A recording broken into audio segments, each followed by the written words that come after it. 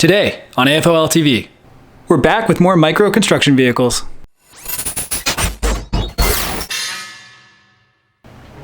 Hello everyone, welcome back to the channel. Here at AFOL TV, we do LEGO YouTube tutorials and custom LEGO mocks. If you haven't already, consider subscribing. We're trying to grow this channel and we really appreciate everyone's support so far. We also offer downloadable instructions for a lot of our builds on our website, www.afolstore.com, and the link is in the description below. So, as mentioned in the opening, today we're doing 3 different construction vehicle builds. We're going to start with the bulldozer, followed by the heavy-duty double dump truck, and lastly, we will finish with the heavy-duty excavator. So let's get into it. We're going to break down the pieces in 3 separate shots. So pause the video when it lands on each one so you can gather the pieces you'll need. First, these are the parts and pieces you will need for the bulldozer. Next, these are the parts and pieces you'll need for the double dump truck. And lastly, these are the parts and pieces you'll need for the heavy excavator. All right, let's start building.